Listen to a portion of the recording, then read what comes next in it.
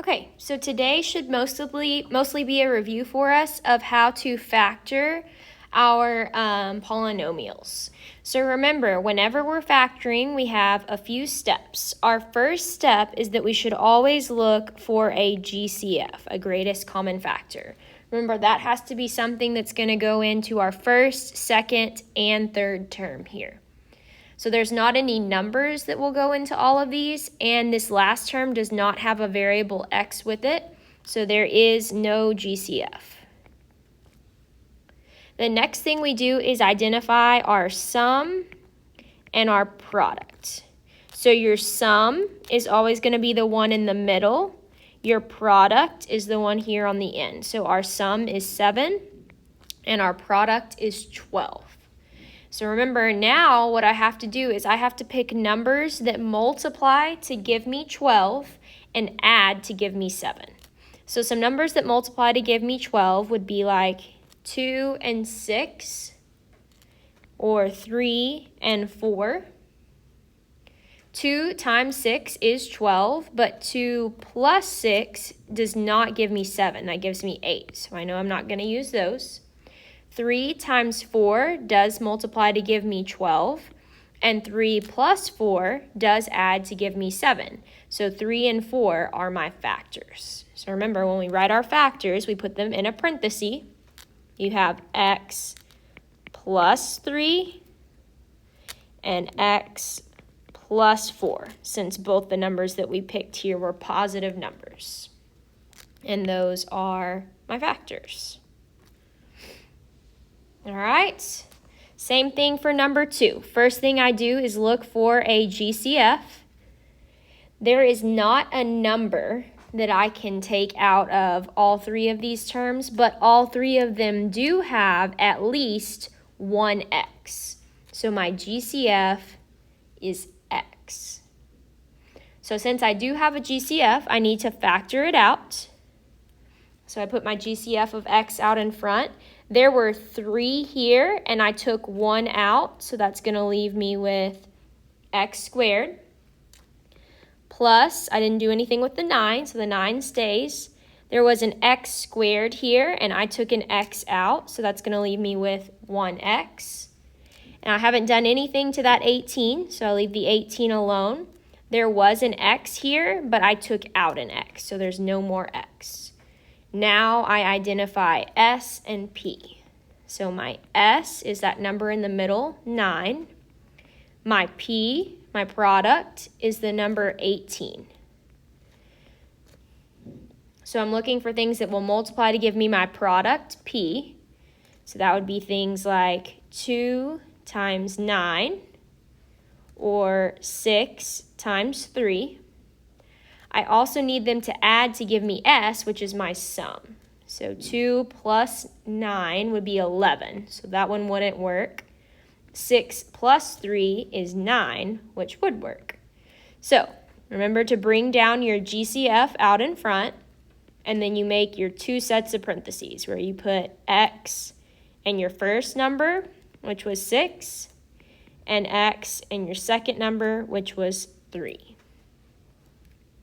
And there's my factors. All right, on number 3, first thing I look for is a GCF.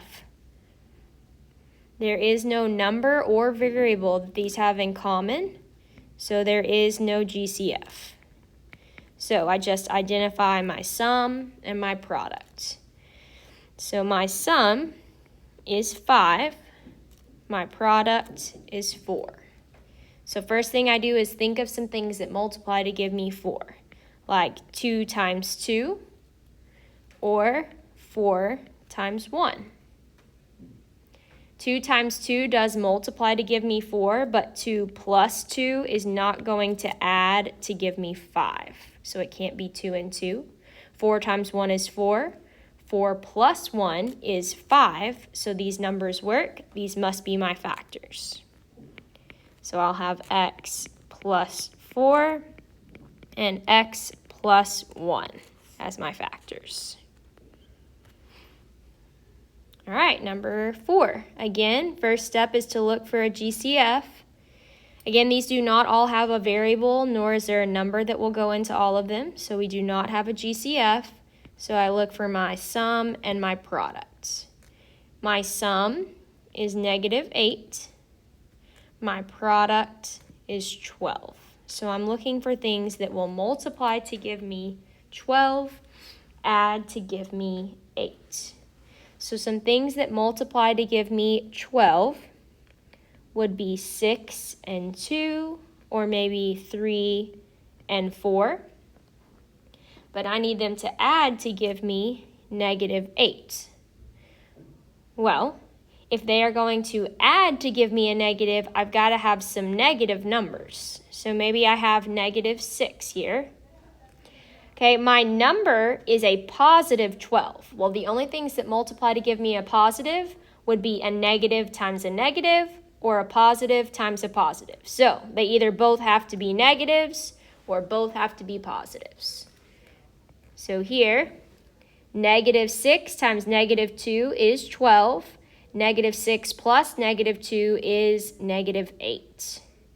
-3 times -4 is -12, but -3 plus -4 would be -7, which is not what we're looking for. So my numbers must be -6 and -2. So I'll have x minus 6 and x minus 2 for my factors. All right, number 5. I look for my GCF. Okay, these do all seem to be divisible by the number 2. And they also all have at least one x. So my GCF will be 2x. So I need to divide everything by 2x. So 2x cubed divided by 2x. 2 divided by 2 is 1.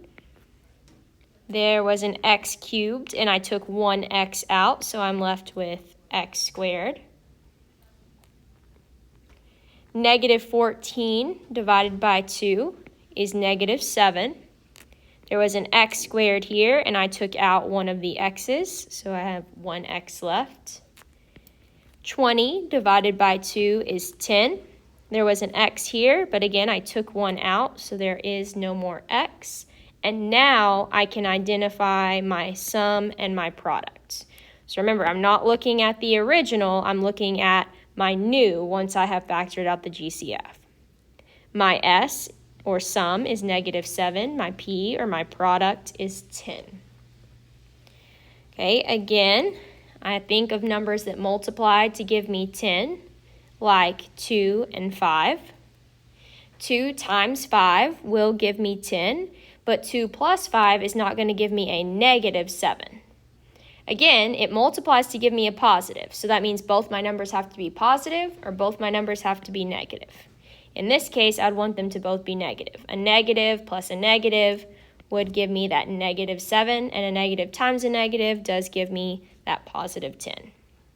So I bring down my GCF, and then I write down my factors, x minus 2 and x minus 5.